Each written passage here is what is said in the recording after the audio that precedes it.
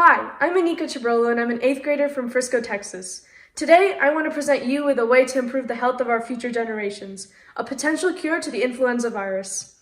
Every year, there are nearly 45 million cases of influenza across the world and over 60,000 deaths in our country alone due to the influenza virus, in spite of the current drugs on the market. Therefore, there's a compelling need for the development of newer and more effective drugs to combat the influenza virus. In order to create an anti-influenza drug, I needed to find a ligand to bind to an important protein of the influenza virion.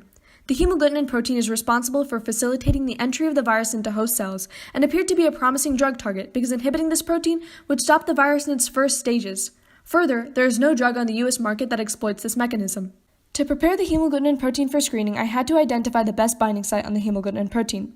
I downloaded the protein from the RCSB PDB database and used the FTMap computational mapping web tool to find the best druggable hotspot on the protein.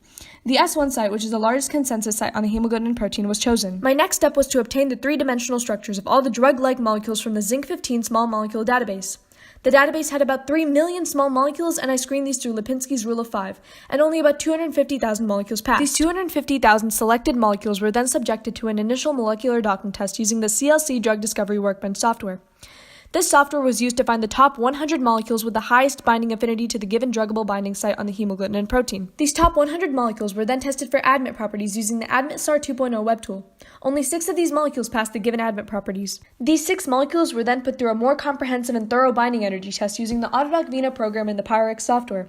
Finally, a lead molecule was declared with the excellent binding affinity of negative 8.2 kilocalories per molecule. From the initial 3 million compounds, I was able to narrow down to one potential drug candidate that can successfully bind and selectively inhibit the hemagglutinin protein of the influenza virus and can be further developed as a novel therapy for the treatment of influenza. Thank you for your attention.